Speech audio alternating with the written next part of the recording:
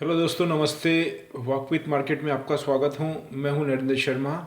आज है मंडे, 10 तारीख है, 10 जनवरी 2022। मार्केट के ऊपर आने से पहले मैं आपको कुछ ऐसी बातें शेयर करूंगा जो आपका कॉन्फिडेंस लेवल बढ़ाएगी और आपको मार्केट में थोड़ी सहजता अनुभव करा सकती है। मैं आपको ये बोलूँगा, जो उत्तर प्रदेश के अंदर 10 तारीख से चुनाव स्टार्ट होने, उत्तर प्रदेश में मतलब 5 राज्यों में जो 5 तारीख 10 तारीख से मतलब 10 जन फरवरी से जो स्टार्ट होंगे इलेक्शन, उसके बाद में जो संभावनाएं थी वो पूरी समाप्त हो चुकी है। पूरे जहाँ तक ज़्यादातर लोगों का यही रुझान है कि फुल फ्लेज में वहाँ पे जो रूलिंग पार्टी है, मतलब बीजेपी, आदित्य योगीनाथ जी की जो गवर्नमेंट है वही वापस आएगी। और बाकी राज्यों में जैसे पंजाब हुआ, अरुणाचल हुआ, उत्तराखंड हुआ, गोवा हुआ, वहाँ पे भी पूरे चांसेस यही है।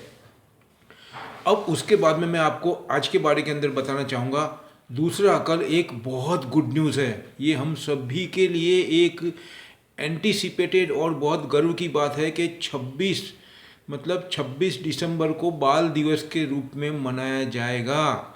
ये खाली एक अनाउंसमेंट नहीं है, ये एक बदलाव का सिग्नल है। बहुत ही बड़ा सिग्नल है। इसको हमको बहुत बारीकी से समझने की कोशिश करनी पड़ेगी, क्योंकि ये इतने साल तक नहीं हुआ। और क्यों अभी हुआ, जबकि 14 जनवरी को तो मनाया ही जाता था, उसको बदल करके मतलब अगर 26 आपको बोलना चाहूँगा कि फरवरी कर रहे हैं, तो इसके पीछे बहुत बड़ा लॉजिक है। चलो अब मैं मुद्दे पे आता हूँ। ये बात मैं आपके ऊपर छोड़ रहा हूँ। दूसरा मैं आपको बोलना चाहूँगा, जो मैंने अभी पढ़ा है उसके ऊपर से जो जो सार निकल रहे हैं वो मैं आपके साथ में साझा करूँगा। आज वैसे निकई बंद बता रहा है, वहाँ पे कोई उनका फेस्टिवल होगा या कोई रीज़न होगा, मार्केट वहाँ क्लोज है। यूएसए का मार्केट आपको मालूम ही है, माइनस में रहा था। फ्राइडे की बात करूँ तो अगर उसके बाद में मतलब फ्लैट जैसा ही रहा था। अभी हमको कहीं से कोई क्लू नहीं मिल रहा है। उसके बाद में अगर मैं हांगकांग की बात करूं, चाइना की बात करूं, it is a take time. अभी बहुत अर्ली इन द मॉर्निंग है, इसलिए उनका ओपन नहीं हुआ है। तो ऐसे में मैं यही अंदाज़ा लगा के चलता हूं। अभी जो मैंने पढ़ा है, मैंने कहाँ से पढ़ा है वो मैं बताना चाहूँगा। ब्लूमबर्ग मैंने सुना है, और चाइना डेली, और रूटर्स, और मिंट। उसके अंदर मैंने फाइनेंस पॉलिसी जो पढ़ी है वो बहुत ही बेस है। और दूसरा, जो गवर्नमेंट की और आरबीआई की जो पॉलिसीज़ होती है वो किसी भी कंट्री के पिलर्स के समान होती है, क्योंकि पूरा लिक्विडिटी पे ही डिपेंड रहता है मार्केट। कोई भी मार्केट हो, लेकिन शेयर मार्केट का तो आपको मालूम ही है कि फाइनेंस की जो पॉलिसीज़ होती है, गवर्नमेंट की जो पॉलिसी होती है, उसका कितना इम्पेक्ट पड़ता है।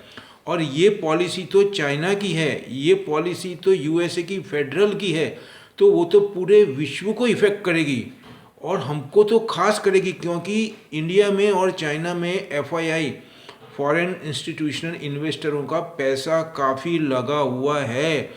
इसी के तहत ये बात हमारे लिए यहाँ पे और भी ज़्यादा महत्व की हो जाती है। तो मैं आपको यही बोलूँगा, पिछले 15 दिन पहले भी मैंने, जब हमारा मार्केट बहुत ज़्यादा क्रैश हुआ था, 1500-1600 पॉइंट क्रैश हुआ था और बंद आया था 1100-1200 पॉइंट, तभी भी मैंने आपको आर्टिकल पढ़ के ही बोला था कि चाइना बहुत ही एग्रेसिव होकर के अपनी इकोनॉमी को संभालने के लिए वो लैंडिंग रेट, मतलब जिसको बोलते हैं रेपो रेट में, उन्होंने कमी की थी। ये बात मैंने आपको सेम डे आपको मैंने साझा की थी, ये आपके साथ में शेयर की थी। इसी की वजह से हमारा मार्केट, आपको मैंने बोला था डरना नहीं है, बाय करना। और आपने देखा होगा उसके बाद में 2-3 दिन में मार्केट कितना शार्पली रिबाउंड मारा था।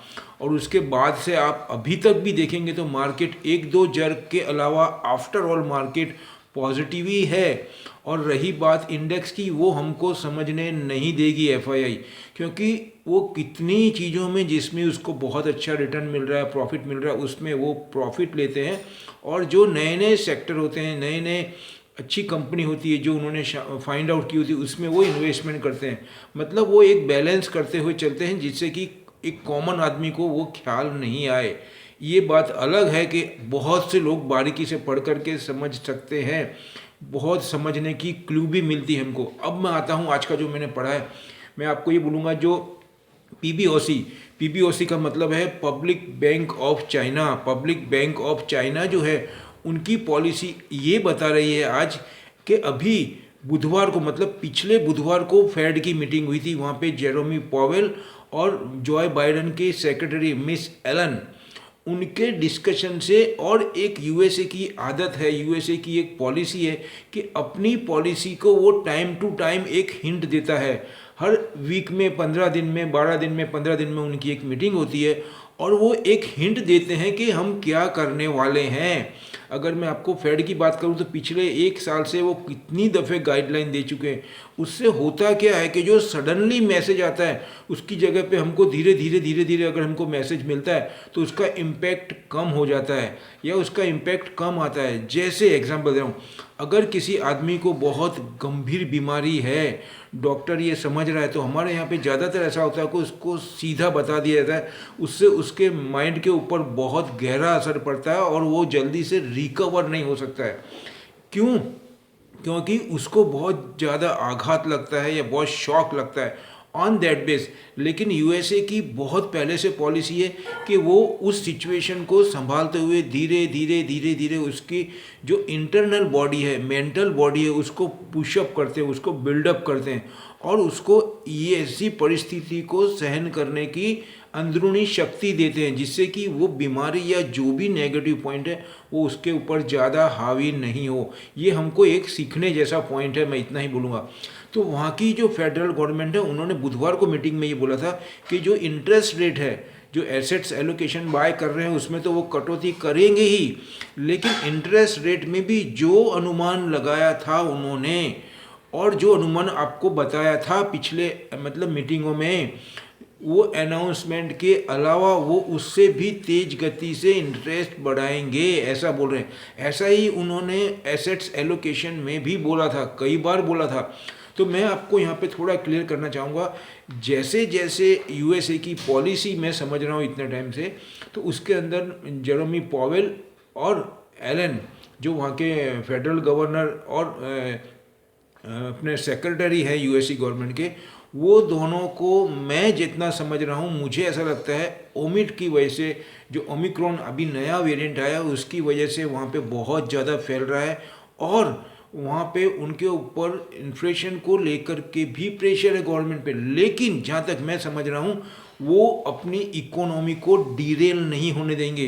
तो जैसा मैं समझ रहा हूँ हो सकता है वो मार्च में बोल रहे हैं कि मार्च में हम इंटरेस्ट रेट बढ़ाएंगे और एसेट्स एलोकेशन का तो उन्होंने बोल ही दिया है कि वो करेंगे।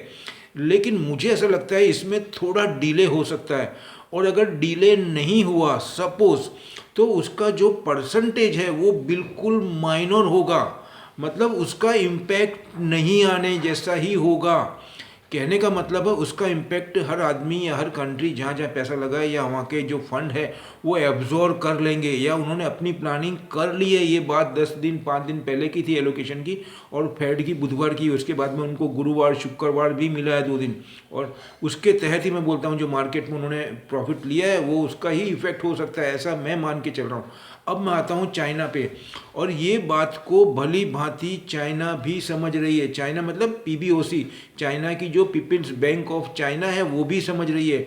अगर उन्होंने इसकी भी तैयारी कर ली है, जैसे कि क्योंकि हमारे यहाँ पे अगर मैं बोलूँ 1.5 से 2.25 लाख करोड़ अगर एफआईआई का लगा हुआ है, उसी की वजह से हमारे यहाँ पे मार्केट में बहुत ज़्यादा तेज़ी दिख रही है।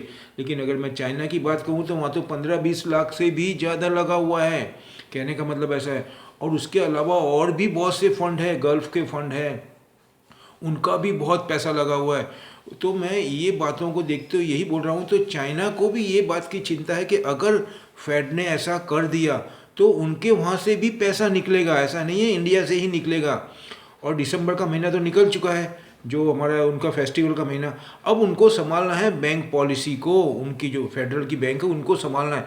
तो उसके तहत उन्होंने प्लानिंग ये किया है कि अगर ऐसा कुछ होता है तो वो उन्होंने अभी से ही ऐसा बोल दिया है कि हम ये जो उनकी पॉलिसी है बैंक, वो अभी जो उनकी पॉलिसी बैंक की है उसके अंदर वो ढीलाच रखेंगे, मतलब उसको वो नॉर्मल से भी बिलो रखेंगे।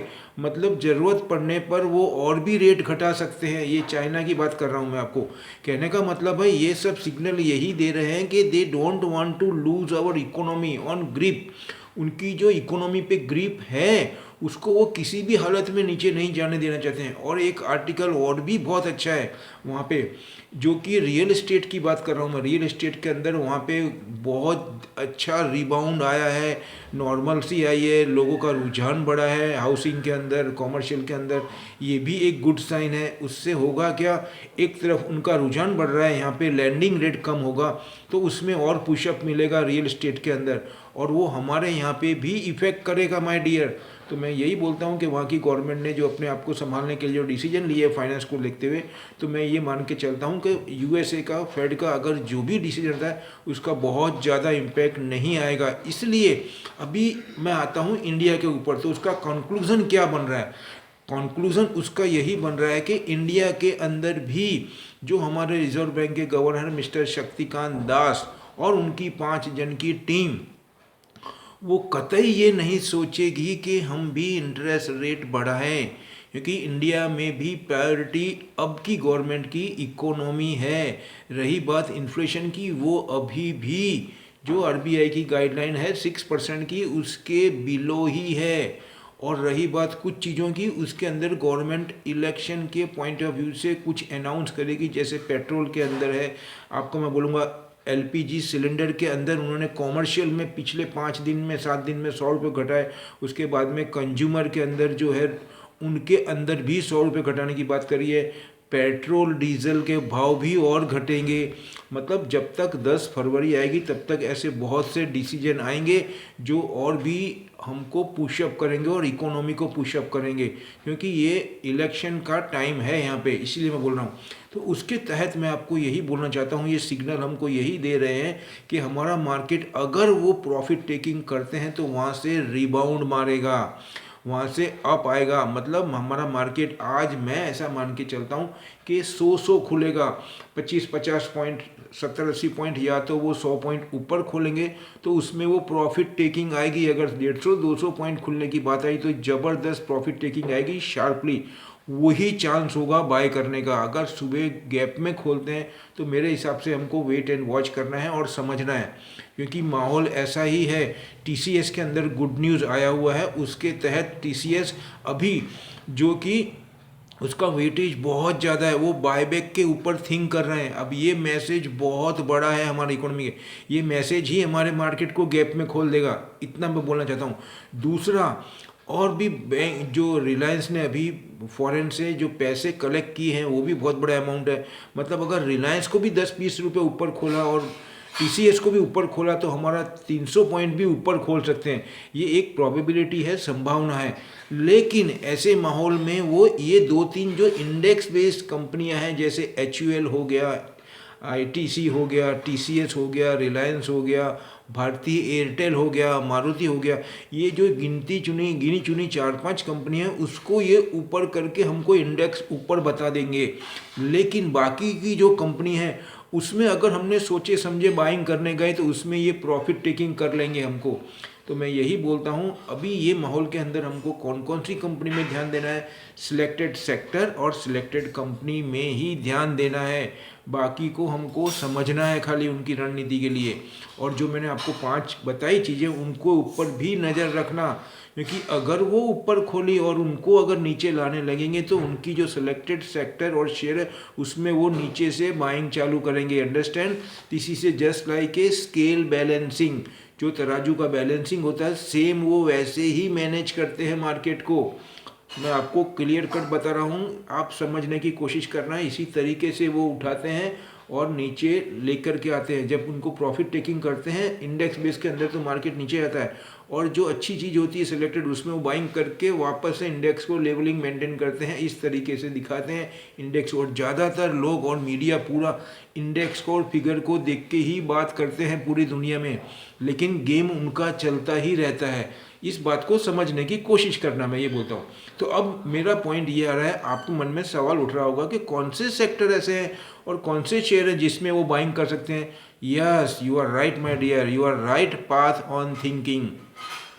ऐसे माहौल के अंदर मैं आपको बताना चाहूँगा सबसे पहले आता है आईटी। लेकिन ध्यान रखना आईटी बहुत बड़ा हुआ है और ये टीसीएस के बदौलत वो बहुत ज़्यादा अगर ऊपर है तो उससे दूर रहना, बाय नहीं करना है हमको। अंडरस्टैंड।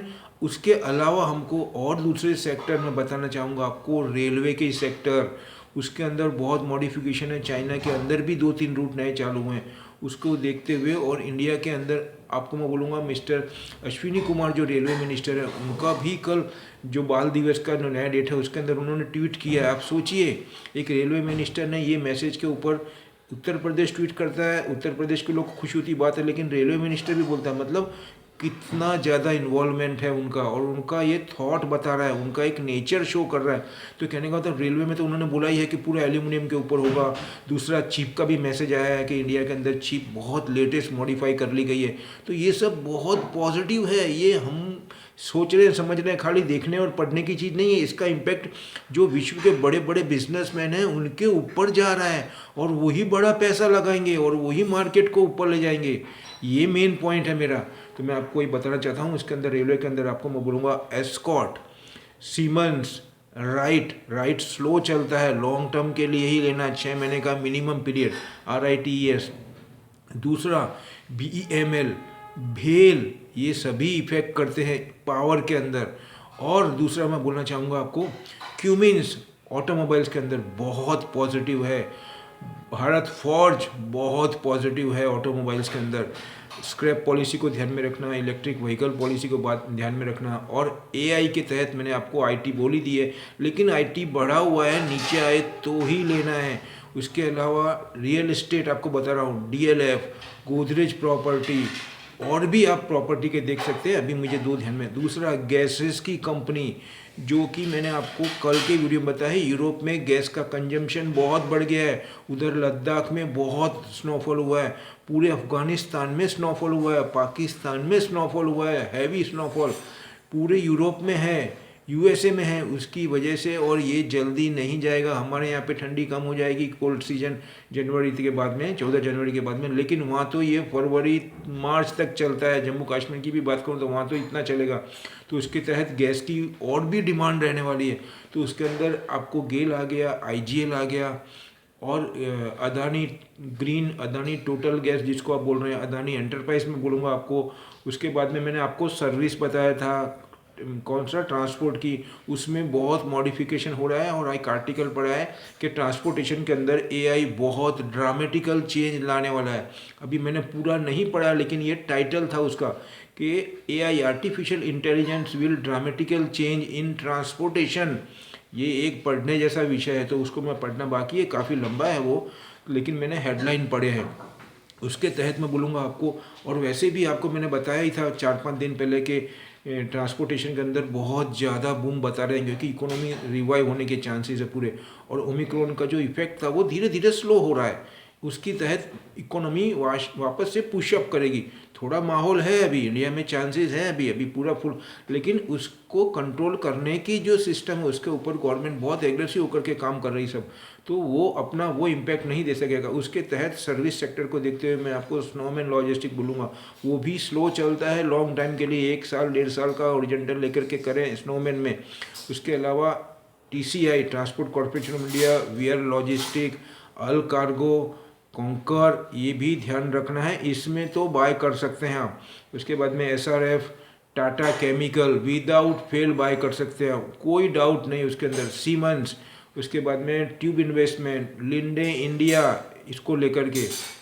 और आपको ब्लू डार्ट बढ़ा हुआ है, नीचे आए 100-150 रुपये, 200 रुपये तो ही बाय करना।